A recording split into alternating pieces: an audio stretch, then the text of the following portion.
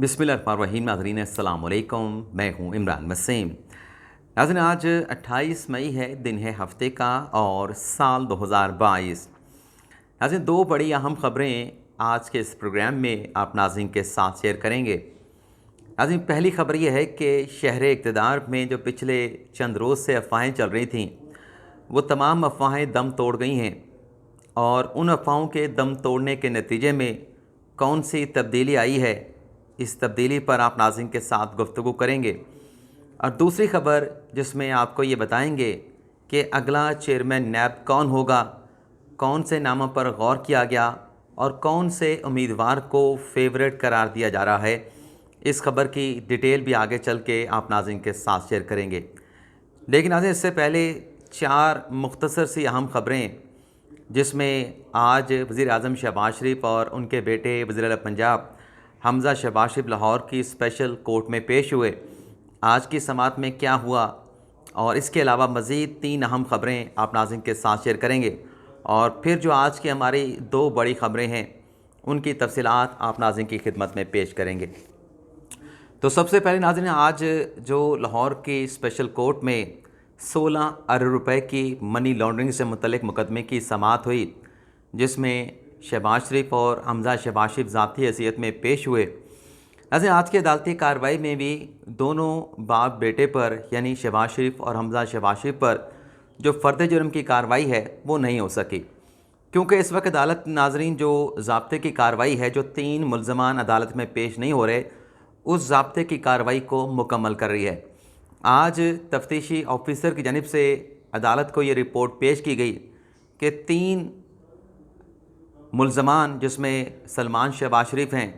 और 2 और मुल्ज़मान हैं जो पेश नहीं हो रहे, जिन्हें अदालत ने इश्तिहारी देने की कार्रवाई शुरू कर रखी है, उनसे मुतल्लिक रिपोर्ट ये पेश की गई कि तीनों मुल्ज़मान को जो उनके दायमी वारंट जारी किए गए थे, उन वारंट गिरफ़्तारी की तामील नहीं हो सकी। अदालत ने वारंट गिरफ़्तारी की तामील ना होने पर बरहमी का इज़हार किया और नाज़रीन शहबाज शरीफ के वकील ने कहा कि दरअसल ये 3 नहीं 2 मुल्ज़मान हैं, क्योंकि जो तीसरे मुल्ज़म हैं ग़ुलाम शबीर, उनका इंतकाल हो चुका है। जज साहब ने बरहमी का इज़हार ये किया कि आज जो अदालत को बताया जा रहा है कि मुल्ज़मान के जो एड्रेस हैं वो दुरुस्त नहीं हैं और उन पर जो वारंट गिरफ़्तारी है उनकी तामील नहीं हो सकी। तो जज साहब ने कहा कि कल को तो फिर कोई भी मुल्ज़म आकर अदालत को कहेगा कि उनका जो एड्रेस है वो गलत दिया गया है और गलत एड्रेस पर क्योंकि नोटिस की तामील नहीं हो सकी, तो लिहाजा उनके ख़िलाफ़ जो कार्रवाई की गई है ज़ाब्ते की, उसे ख़त्म किया जाए। और जज साहब की जानिब से ये भी कहा गया, एक और बात पर भी बरहमी का इज़हार किया गया कि जो सलमान शहबाज शरीफ के वारंट हैं, उसमें सलमान शहबाज शरीफ के नाम के आगे जो है वो वल्दियत का जो खाना है वो खाली है, उसमें वालिद का नाम क्यों नहीं लिखा गया। जज साहब ने कहा कि कैसे पता चलेगा कि ये सलमान शहबाज शरीफ जिसके वारंट अदालत जारी कर रही है, ये कौन है, इनकी वल्दियत के खाने में उनके वालिद का नाम क्यों नहीं लिखा गया। तो तफ्तीशी अफसर पर इस बात पर भी अदालत ने बरहमी का इज़हार किया। शहबाज शरीफ के वकील ने कहा कि ये सियासी इंतकाम का मुकदमा है, ज़ाती फ़ायदे के लिए अख्तियारात का नाजायज़ इस्तेमाल का कोई भी सबूत जो है वो रिकॉर्ड पर मौजूद नहीं। और फिर इसके बाद नाज़रीन अदालती कार्रवाई जो है वो आगे बढ़ाई गई और हमज़ा शहबाज शरीफ और शहबाज शरीफ की जो ज़मानत थी, अबूरी ज़मानत, उसमें अगले हफ्ते तक, आज के दिन तक की जो है वो तौसीक़ कर दी गई है। और जो तफ्तीशी ऑफिसर ने रिपोर्ट पेश की उसे अदालत ने मुस्तरद कर दिया और आइंदा समाअत पर तीनों मुल्ज़मान के ख़िलाफ़ जो वारंट गिरफ़्तारी है, दायमी वारंट जो जारी किए गए हैं, उसकी तामील से मुतल्लिक नई रिपोर्ट पेश करने का अदालत ने हुक्म दे दिया है। इसी तरीके से नाज़रीन एक और ख़बर भी है अदालती महाज से। आज नाज़रीन सानिया मॉडल टाउन के 3 मुल्ज़मान, मैं उनके नाम भी बता देता हूँ, जिसमें साबिक़ IG मुश्ताक सुखेरा साहब हैं, राना अब्दुल जब्बार साहब हैं, अली अब्बास साहब हैं। इन तीनों मुल्ज़मान ने नाज़रीन इंसदाद दहशतगर्दी की अदालत में बरियत की अलग अलग दरख्वास्तें दायर कर दी हैं और मुतल्लिका अदालत ने इन दरख्वास्तों के ऊपर, बरियत की दरख्वास्तों के ऊपर प्रोसिक्यूशन को और मुतल्लिका फ़रीक़ैन को 3 जून के लिए नोटिस जारी कर दिया है। अब नाज़रीन सवाल ये पैदा होता है कि 2014 का ये सानिया हुआ और 2014 से लेके आज 8 साल गुजर चुके हैं और 8 सालों में अगर इतने अहम केस का फ़ैसला नहीं होता तो फिर ज़ाहिर सी बात है कि मुल्ज़मान की जानिब से बरियत की दरख्वास्तें भी आएंगी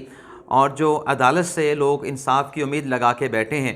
कि सानिया मॉडल टाउन के जो मुल्ज़मान हैं उन्हें कब के टहरे में लाया जाएगा, उन्हें कब कैफ़े किरदार तक पहुंचाया जाएगा। तो फिर अदालत के ऊपर भी जो है वो सवालात उठेंगे कि आखिर अदालत को, मुतल्लिका अदालत को कितना अरसा चाहिए इस केस को डिस्पोज़ ऑफ करने के लिए, इस केस को डिसाइड करने के लिए। इसी तरीके से नाज़रीन, जो एक तीसरी हमारी ख़बर है उसको टेल करने के बाद एक चौथी ख़बर भी है। ये मुख्तसर सी दो ख़बरें आपके साथ शेयर करके आज की हमारी जो दो बड़ी अहम ख़बरें हैं उनकी तफसीलात पर आएंगे। तीसरी नाज़रीन ख़बर यह है कि जो इलेक्शन कमीशन ने PTI के 25 मुनरफ़ अरकान को डिसक्वालीफाई किया, उन्हें डी सीट किया, इस फैसले के ख़िलाफ़ नाज़रीन जहांगीर तरीन ग्रुप ने सुप्रीम कोर्ट में अपील दायर करने का फ़ैसला किया है। और जहांगीर तरीन ग्रुप का ये कहना है कि जो डी सीट करने का और जो इमरान खान ने रेफरेंस भेजा था जिससे इलेक्शन कमीशन ने एक्सेप्ट किया, दरअसल ये इलेक्शन कमीशन का यकतरफ़ा फ़ैसला है और जिन अरकान को डिसक्वालीफाई किया गया वो ज़्यादातर अरकान जो है वो आज़ाद हैसियत से जीते थे और वो पाकिस्तान तहरीक इंसाफ में शामिल हुए थे। तो ये जो इलेक्शन कमीशन का फ़ैसला है, जहांगीर तरीन ग्रुप का कहना है कि सस्टेन नहीं रखा जा सकता, तो इसलिए सुप्रीम कोर्ट से रिजू किया जाएगा। चौथी जो ख़बर है ये भी बड़ी इंतहाई मुख्तसर सी तफसीलात हैं। ख़बर नाज़रीन ये है कि वज़ारत दाखिला की जानिब से इस्लामाबाद पुलिस की तनख्वाहों में इजाफे की समरी जो है वो तैयार की गई है। इस समरी को वज़ारत ख़जाना को भिजवाया जाएगा और इस समरी में नाज़रीन ये कहा गया है कि जो इस्लामाबाद पुलिस की तनख्वाहें हैं वो पंजाब पुलिस के बराबर की जाए। अब इसमें क्या फ़ैसला होता है क्या नहीं होता, लेकिन यहाँ पे आपको एक बड़ा अहम नुक्ता इस्लामाबाद पुलिस की तनख्वाहों और अलाउंसेस से मुतल्लिक़ आपकी खिदमत में पेश कर दें कि सुप्रीम कोर्ट में नाज़रीन हमारा रोज़ इस्लामाबाद पुलिस के एहलकारों के साथ मिलना जुलना रहता है, इंटरेक्शन रहती है। एक वो हमें बताते हैं कि आप ये देखें कि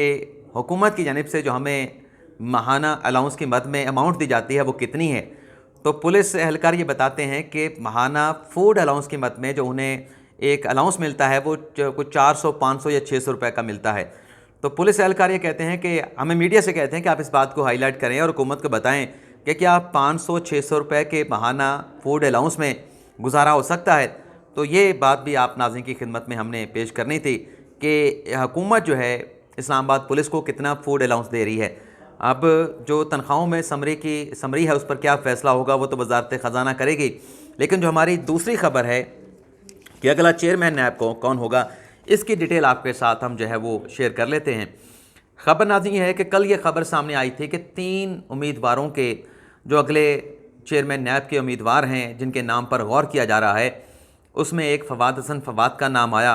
और अब ये कहा जा रहा है कि उस नाम को, फ़वाद हसन फ़वाद के नाम को इसलिए ड्रॉप किया गया कि माजी में उनके ख़िलाफ़ नैब के केसेस रहे हैं, साबिक ब्यूरोक्रेट हैं, तो उन्हें आइंदा भी इस तरह के केसेस का सामना करना पड़ सकता है, तो इसलिए उनका नाम ड्रॉप कर दिया गया। दूसरा नाम कमरुल चौधरी का आया और उनसे मुतल्लिक़ ये ओपिनियन सामने आई कि कमरुल चौधरी माजी में भी चेयरमैन नैब रह चुके हैं और ये भी देखा गया कि ब्यूरोक्रेट को अगर चेयरमैन नैब बनाया जाता है तो वो जो चेयरमैन नैब बनता है, जो ब्यूरोक्रेट होता है, साबिक ब्यूरोक्रेट होता है, तो उसकी फिर अदालतों में पेशियाँ लगती रहती हैं। तो फ़ैसला ये हुआ कि किसी ऐसे बंदे को चेयरमैन नैब बनाया जाए जो आला अदलिया का रिटायर्ड जज हो। और कल नाज़रीन साबिक DG FIA बशीर मेमन का नाम भी आ रहा था कि वो भी एक बड़े ईमानदार पुलिस ऑफिसर हैं। उन्होंने फ़ेक अकाउंट की तहकीकात की और उन तहकीकात के नतीजे में ज़रदारी ख़ानदान के ख़िलाफ़ रेफरेंस बने, शरीफ ख़ानदान के ख़िलाफ़ रेफरेंस बने। लेकिन अब यह कहा जा रहा है कि उनका नाम इसलिए ड्रॉप कर दिया गया है, उसे कंसिडर नहीं किया जा रहा, क्योंकि जो बशीर मेमन का जो अपना ख़ानदान है उनके भी सियासी जो है वाबस्तगी है उनके ख़ानदान की GDA के साथ, अपना मुस्लिम लीग फंक्शनल के साथ, और उनके जो भाई हैं बशीर मेमन साहब के, वो भी सियासत में जो है वो JDA के प्लेटफॉर्म से जो है वो अपनी सियासत करते हैं, ग़ालिबन वो MPA भी हैं।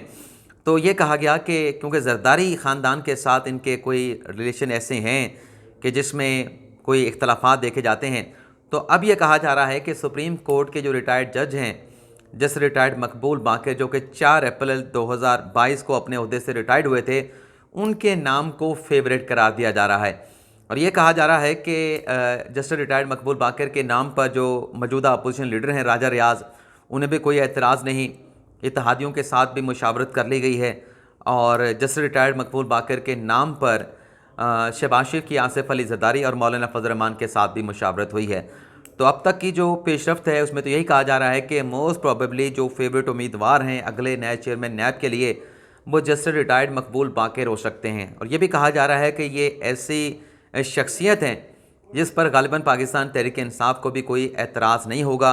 बड़ी दबंग शख्सियत हैं, जब जज थे सुप्रीम कोर्ट के बड़े दबंग फ़ैसले दिए, बड़े बहादुर जज हैं और बड़े हौसले वाले जो है वो ये शख्सियत हैं।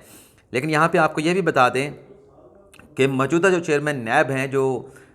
टेम्प्रेरी बेसिस पर अपनी ज़िम्मेदारियाँ सर अंजाम दे रहे हैं, जिस ऑर्डिनेंस के तहत वो अपनी ज़िम्मेदारियों को कंटिन्यू रखे हुए हैं, वो ऑर्डिनेंस नाज़रीन 2 जून को लैप्स कर जाएगा। और उम्मीद है कि ये ऑर्डिनेंस लैप्स करने से पहले ही मौजूदा जो एक सेटअप है हुक्मरान इत्तेहाद का और जो अपोजिशन लीडरशिप अपना बनाए गए हैं राजा रियाज, इस तकर्री का जो अमल है इसे मुकम्मल कर लिया जाएगा। इसी तरीके से जो हमारी पहली टॉप स्टोरी है कि अफवाहें शहर इक़्तिदार में जो चल रही थी वो तमाम अफवाहें दम तोड़ गईं और तब्दीली आ नहीं रही बल्कि तब्दीली आ गई है और बेहतरी का एक रास्ता नज़र आया है। तो खबर यह है कि कल जो खान साहब ने पेशावर में प्रेस कॉन्फ्रेंस की, बहुत सारे दोस्तों ने, हमारे देखने वालों ने नोट किया होगा कि कल के इमरान खान की प्रेस कॉन्फ्रेंस में चोर, डाकू, लुटेरा, चेरी ब्लॉसम, ज़रदारी बीमारी ऐसा कोई लफ्ज़ इस्तेमाल नहीं किया गया। तो एक पॉजिटिव जेस्चर जो है वो कल साबिक वज़ीर आज़म इमरान खान ने दिया है। और जो शहर इक़्तिदार में नाज़रीन अफवाहें चल रही थी वो ये थी कि जो खान साहब ने अपना लॉन्ग मार्च कॉल ऑफ किया है, दरअसल उनकी कोई इस्टेब्लिशमेंट के साथ या हुकूमत के साथ कोई डील होगी है और इस डील के नतीजे में शहर इक़्तिदार में सोशल मीडिया पे एक बात चलाई जा रही थी कि जो कौमी असम्बली की तहलील की समरी है वो शहबाज शरीफ ने लिख कर जो है वो सदर मुमलिकत को भिजवा दी है और जो खान साहब अल्टीमेटम दे के गए हैं कि 6 रोज़ के अंदर कौमी असम्बली को तहलील कर दिया जाए और नए इंतखाबात करवाए जाएँ। अगर हुकूमत ऐसा ऐलान नहीं करती तो फिर सदर मुमलिकत 2 जून या 3 जून को इस समरी को एक्सेप्ट कर लेंगे और ये गारंटी के तौर पे कहा गया कि ये समरी सदर साहब के पास जो है वो रखवाई गई है। तो नाज़रीन आइन ये कहता है कि अगर ऐसी कोई समरी है, वज़ीर आज़म ऐसी कोई समरी सदर मुमलिकत को भिजवाते हैं तो ऐसी सूरत में सदर मुमलिकत को फ़ैसला करना है 48 घंटों के अंदर, और अगर सदर साहब 48 घंटों के अंदर फ़ैसला नहीं करते तो ऑटोमेटिकली जो कौमी असम्बली है वो तहलील हो जाएगी। तो लिहाजा ये जो अफवाहें चल रही हैं इनका हकीकत के साथ कोई ताल्लुक़ नहीं, गलत अफवाहें फैलाई जा रही हैं, लोगों को जो है वो मिसलीड किया जा रहा है। और फिर कुछ लोग ये भी कह रहे हैं कि ये कोई ऑफिशियल समरी नहीं है। तो अगर ये ऑफिशियल समरी नहीं है तो ऑफिशियल समरी तो वो होगी जिसका वज़ीर आज़म ऑफिस के में रखे हुए रजिस्टर में उसको दर्ज किया जाएगा, उसके नंबर लगाया जाएगा। तो जब नंबर नहीं लगा, ऑफिशियल समरी नहीं है, तो फिर कौमी असम्बली कैसे तहलील होगी। लेकिन नाज़रीन ख़बर यह है जो आपके साथ हम शेयर करने जा रहे हैं कि हुकूमत ने जो मुश्किल फ़ैसला किया है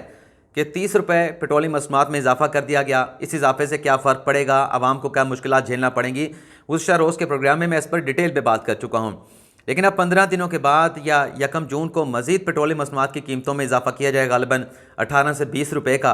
पेट्रोल की कीमत में,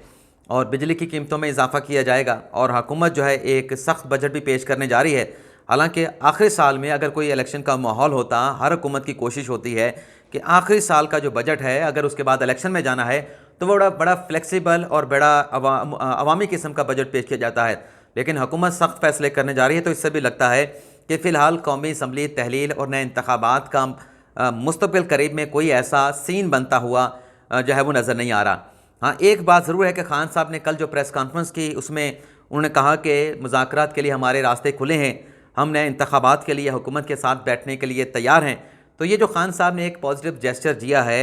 और फिर इसी तरीके से हुकूमत ने भी कहा कि हम इनके साथ बात करने के लिए तैयार हैं, तो ये अगर दोनों फ़रीक़ैन बैठ जाते हैं और कोई बेहतरी का रास्ता निकल आता है तो ये एक बड़ा अच्छा मौका होगा दोनों फ़रीक़ैन के लिए कि मिलकर बैठकर कोई पाकिस्तान की बेहतरी का रास्ता निकालें कि जो पोलराइजेशन है वो भी कम हो, पाकिस्तान में जो एक अदम इस्तेहकाम है सियासी मुआशी, उसमें भी जो है वो इस्तेहकाम देखने को मिले। और इमरान खान साहब के लिए इस मुज़ाकरात की टेबल पर बैठना उनकी जमात के लिए इसलिए भी ज़रूरी है कि हुकूमत ने जो फ़ैसला किया है कि जो ओवरसीज़ पाकिस्तानी हैं उनकी नेशनल असम्बली में, उनके सेनेट में जो नशिस्तें हैं, मखसूस नशिस्तें फ़िक्स कर दी जाएंगी। तो खान साहब का तो अच्छा खासा जो वोट बैंक है वो ओवरसीज़ पाकिस्तानी है। तो खान साहब अगर चाहते हैं कि ये वोट बैंक जो है वो कैप्चर कर सकें या आइंदा आने वाले इलेक्शन में इलेक्ट्रॉनिक वोटिंग के ज़रिए या फिर आई वोटिंग के ज़रिए पार्टिसिपेट कर सकें, तो खान साहब के लिए इस मुज़ाकरात की टेबल पर आना भी इंतहाई ज़रूरी होगा। क्योंकि अगर खान साहब नहीं बैठेंगे तो फिर ज़ाहिर सी बात है एकतरफ़ा तौर पर लेजिस्लेशन होगी और ओवरसीज़ पाकिस्तानियों को मखसूस नशिस्तें मिल जाएंगी, सेनेट में मिल जाएंगी, कौमी असम्बली में मिल जाएंगी। ज़ाहिर सी बात है कि ओवरसीज़ पाकिस्तानियों को फ़ायदा तो होगा कि उनके जो भी मसाइल हैं पाकिस्तान से बाहर रहते हुए पहले उन्हें हुकूमत की तरफ देखना पड़ता था, लेकिन अगर उनके अपने नुमाइंदे होंगे तो फिर अपने नुमाइंदों के ज़रिए जो है वो अपने तमाम मसाइल मुश्किलात का जो है वो उन्हें हल करने के हवाले से अपने नुमाइंदों के साथ जो है वो रब्ता करेंगे। तो अब देखते हैं, तब्दीली आई है, एक अच्छी तब्दीली आई है, पॉजिटिव साइन आया है। उम्मीद जो है वो अच्छे की रखनी चाहिए। तो देखते हैं क्या होता है। आपसे इजाज़त चाहते हैं। अल्लाह हाफ़िज़।